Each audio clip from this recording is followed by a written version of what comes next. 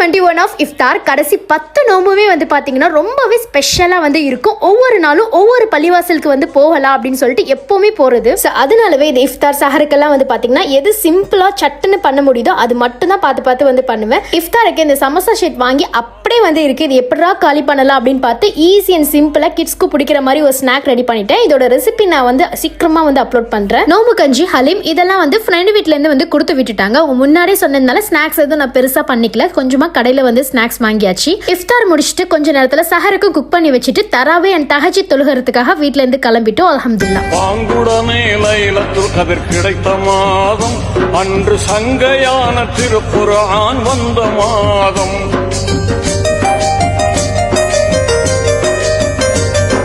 வாங்குடனே லைலத்துல் கத்ர் கிடைத்த மாதம், அன்று சங்கையான திருக்குர்ஆன் வந்த மாதம்.